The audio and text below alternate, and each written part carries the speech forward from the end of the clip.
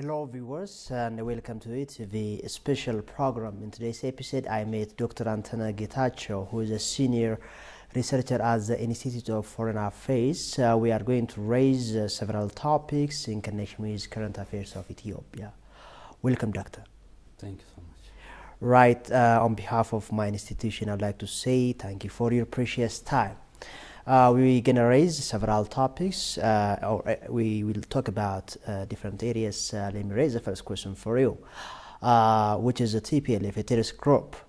So TPLF, when invading the neighboring regions of Amhara and Afar regions for about 8 months, the Western allies and oligarchies were making propaganda. Same time now they are trying to exploit the Ethiopian Eritrean government to bully for UN. So what is your reaction on their double standard? Okay, thank you so much. A little bit reframing might be essential before just I directly reply to your questions. We need to understand the very nature of the war.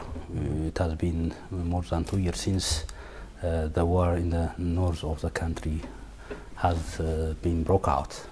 So through this time, there are different challenges, humanitarian atrocities, both sides, humanitarian crisis, and different challenges we have been observing. So we are not expecting the world to shut up on these issues because they have their own values. The West powers, especially the US and European countries, claim to have democratic values, just crying over or struggling over human rights. This point is that we cannot, we can shut up, or we can expect the world to be just to expect to be silent. One thing, but how the double standard is working on the vein, it requires some kind of closer investigation. Sometimes the Westerns have their own national interests to serve, and they have a key strategic partners, especially in the Horn of Africa where Ethiopia is situated. This is a very important geopolitical region that the West powers or the superpowers have key interests in terms of security, in terms of economy, in terms of peace building, democracy and the like. So one thing they are crying over this is not, it is because they are sympathizing TPLF, really, because we need to be careful while we are going to make it a kind of diplomatic agreement with these superpowers, yes? But how we are just able to sell the facts on the ground, how we are able to portray ourselves as the international arena in terms of using successful diplomatic endeavors, how we are able to portray the TPLF's mischievous nature.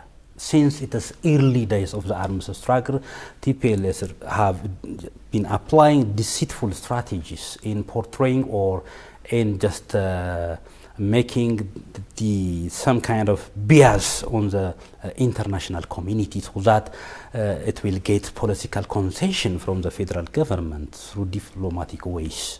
So we have to diagnose these things. So they have double standard to serve their national interest. Sometimes they just propagate it through their media. They are dying for their core values of democracy, human rights, all these things and other, including that can fall in this camp. But on the other side, they have been also backing up totalitarian regimes. Authoritarian regimes they have been backing in Africa. So you need to balance which prevails first. The interest of that country, I mean the US have their national interest, I think that is a prevailing fact. But just when it comes to the other paradigm, sometimes there are very moral side issues that we can't deny or we can't expect the world to be silent, because it is a very protracted war. That is a problem. I think we need to make a balance. I don't believe that the US are not full enough to sympathize TPLF, or they are resurrecting TPLF. They don't have a strategy. As far as my knowledge is concerned, they don't have a strategy to ally themselves with a dying out power. Yes? They know if they are helping the Ethiopian incumbent, if they are helping, just siding with the Ethiopian people, they know that Ethiopia is powerful enough to contain the instability, the political instability in the country, at the same time able to just portray its capacity to stabilize the whole Horn African region, which is very much volatile and porous for different threats in the world, like terrorism, extremism, yes, pandemics, migration. If you are able to support, if these powers are able to support the Ethiopian government to just help itself to contain all these problems domestically or in the region, the benefit will be double-fold, not only for the people of Ethiopia, all the neighboring countries, including the world. Right. So try to just balance in that way. Right. I believe, like, for all these pros and the cons, TPLF is a cause. I just want to hear from you your reaction. So what is the reason behind for EU and the UN trying to make TPLF as a victim, while TPLF is a cause for all these catastrophes? For instance, we can raise the Amnesty International report as if TPLF was creating sufferings against innocent civilians in Amhara and Afar regions. So there are several atrocities committed by TPLF, whereas EU and the UN were trying to make TPLF as a victim. So can I hear you? Good points you have raised, really. I have attended the reports that currently presented by the UN Humanitarian Commission on Ethiopian, the 19-page report. I have read it between the lines. But these institutions, these multilateral institutions, have been doing their job. But there is one thing that we need to question. We can question the methodology they have followed in making such reports. We have to question the very people that have been participating in studying and reporting and making the report of this humanitarian crisis. Sometimes there is a kind of imbalance. In that report, the methodological flaws are there boldly. Even in the report, the introduction part of the report, they have clearly confessed that these have not completed the report because of different flaws. One thing, they used simple telephone interviews at a distance. And what they have interviewed doesn't strike a balance. They didn't cover the atrocities in Afar and Amhara. Simply at a scratch, they simply mention it and left it, whereas they exhaustively covered the issues in Tigray. We can question, and we can produce articles of critique. We can produce counter narratives. Ethiopia is in doubt that we don't trust the team that is appointed to develop such kind of studies on a report as that big forum, because it may spoil the good name of Ethiopia as an international arena. So we need to question the methodological the procedure, the methodology of the very investigation group, and the identity of the people assigned to do this task. Sometimes, some people personally, if you just investigate some of the people, the biodata of some of these figures, they have been advocating TPLF's agenda via different social medias, in the Twitter especially. So you can question, but we should not be that much worried or panic when some multilateral organizations have released such kind of reports, because we have been in war. It is expected, but we can produce articles of critics or papers of critique, and we can produce counter narratives through different medias at both international and national level. You can frame our agenda, and you can defend our genuine cause in the war. So it is not the portrayal is that TPLF deliberately is calculative enough to make it the people of Tigray becomes a victim. Actually, the Tigray people becomes a victim in this war. But who made that? Who plays that role is TPLF himself. TPLF itself has taken the lion's share.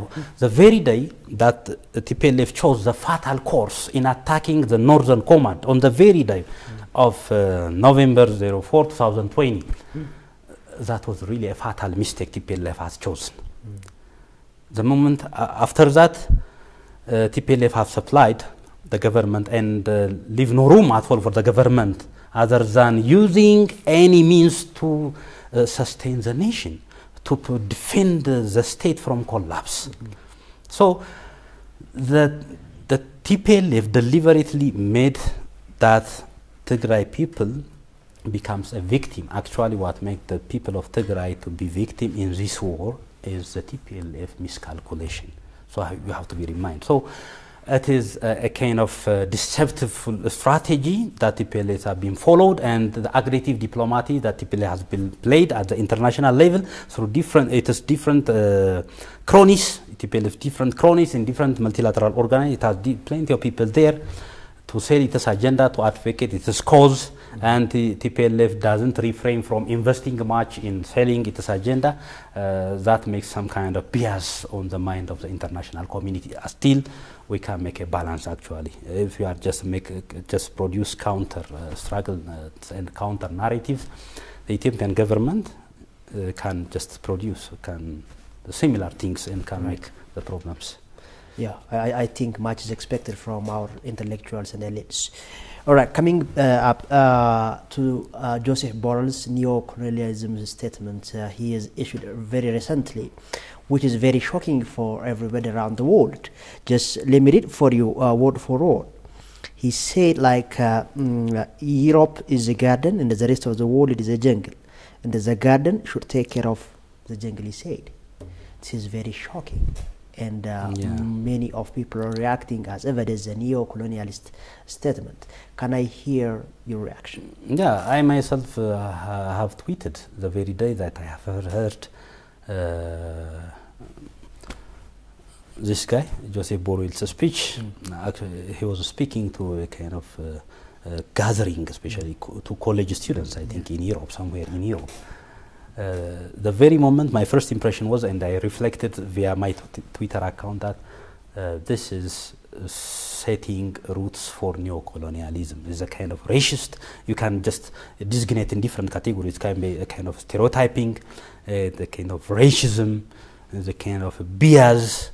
So it might tell what is found inherently in the subconscious mind of that guy. But very recently, I think, is that yesterday or before yesterday have justified its cause, that the world or people misunderstood the metaphor I've used in my speech.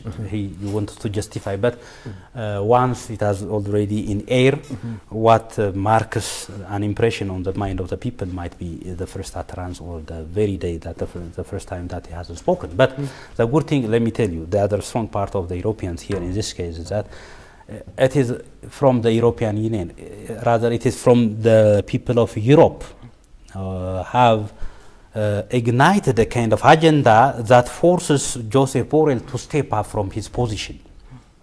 Look, this is the way how you can just bring an agenda back into its bag, yes? Rather than simply expecting the rest of the world to react in that way, even Europeans themselves that belong to the same race, to the same country, or to the same nationality, they have reacted with equal magnitude. This is racism. This is stereotyping. We can't accept this. So the person has to step up from his position. This is the way. This is a good strategy that we need to follow even. When it comes to Ethiopian war, 2 years war, it should not be the international community that should cry about humanitarian atrocities. It should not be the international community who should take the first hand to just bring into the peace deal. We should be the peace drivers. As an Ethiopian government, as the Ethiopian people should be worried about what is happening in war. It is not on the side of Tigray. On the side of Amhara and Afar, on the Ethiopian government, we feel sorry about the authorities there. The collateral damage has been, it is the nature of the war. Once we are into the war can be governed by law of the war. We cannot control everything what is happening there. There are collateral damage in the meantime. So the initiative, we need to snatch the agenda from the international community. We need to own the agenda. We need to own the agenda of the peace deal. We need to own the agenda of humanitarian crisis. It is in this way we can proactively make a shield to defend the pressure that is coming upon the incumbent or a general as a state or as a country. So we can learn from this. So the moment Joseph Borrell aired that racist or stereotyping statement, it is the Europeans that unequivocally denounce it is racism. It is unacceptable, and the person has to step up from his position. It's a good move, so we can learn a lot from that. Right, okay. Coming back to local issues, as you have known, like the Ethiopian government is rendering an unfettered humanitarian support using the National Disaster Risk Management for those areas of liberated and for Tigray people in general. But there are also international media as well, allies of these oligarchies are not covering this reality. So what is your reaction on this? What's expected from the Ethiopian government to take like a proactive measure? Okay, good. In setting an agenda, everyone will have an interest. Behind those media, there are corporates who have an interest. There are individuals who have been in the Democratic Party, who have been in the European Union, who have been working in the multilateral organizations, who have an interest, or in the very strict of the term, who are just sympathizing TPLF. You can just label, you have the right to that extent. But the problem is here, you need to just abide by the new normal, especially in the age of misinformation and disinformation. In the age of an internet here, we cannot afford crying over everything that is aired upon Ethiopian incumbent or that undermine the Ethiopian cause. Rather, we can produce our counter narratives and equally challenge that dominant discourse what have been in air in the media. This is one thing. There are plenty of betterments, good developments on the Ethiopian side. Recently, the Ethiopian Defense Force has captured very strategic positions in Tigray. The town of Shire has been in control, Alamata and the like. And they have been advanced to the very center of Tigray. Through time, the Ethiopian government have really taken different developments like opening different gates, both in the western side through Shire, from Gondar to Shire, that open for humanitarian corridors, unfettered access to humanitarian aids through Desi, Waldia, Alamata, all the way to Mekelle. It has been opened, and Ethiopian workers have been trying to just reinstall the power grid lines around Shire to make electricity or energy access to the Tigray people. So this shows that the Ethiopian people and the Ethiopian government has no any problem with the people of Tigray or the Tigrayan identity. The problem is really that rebel group. We need to just pronounce. We need to set an agenda, frame these issues. Then you bring to a media, it becomes an agenda. Then it can influence the mind of the people, the mind of the international community, rather than just making a kind of reactionary force for whatever agenda is thrown onto us. It is better to set your own agenda and to capitalize on that, because these are positive developments that is taken by the Ethiopian incumbent. Look, these are good improvements. You can supply electricity, you can supply unfettered humanitarian aids to the people of Tigray who are freed from TPLF's control. So in this way, you can divert even the social psychology of the people of Tigray there. It is in this way. At the same time, winning the battle is one thing. At the same time, yes, winning the mind and the social psychology of the Tigray people is a different thing. Yeah. So we need to just accompany, we need to just do these things hand in hand. Yeah. We need to make political therapy. We need to just regain the trust of the Tigray people once we had as a people, where one people were living in the same country. It is because of TPLF that has making these all obstacles. Of course, TPLF is skillful enough even to drag you to a certain trap, political problems. It will drag you. It is tactful enough to drag some party or someone to drag into that political trap. It is TPLF really experienced since the early days of its armed struggle. Well, Doctor, I really appreciate your scholarly analysis and presentation for the questions I have raised for you. I hope I'm going to meet you some other time and we're going to raise several topics. So on behalf of my audience and my institution, I'd like to say thank you. Sure, yeah, you can. Thank you so much. Well, viewers, you have been watching our special program with Dr. Anthony Getachew. He is a senior researcher. We have raised several topics in connection with the current affairs. Thank you very much for watching. Thank you.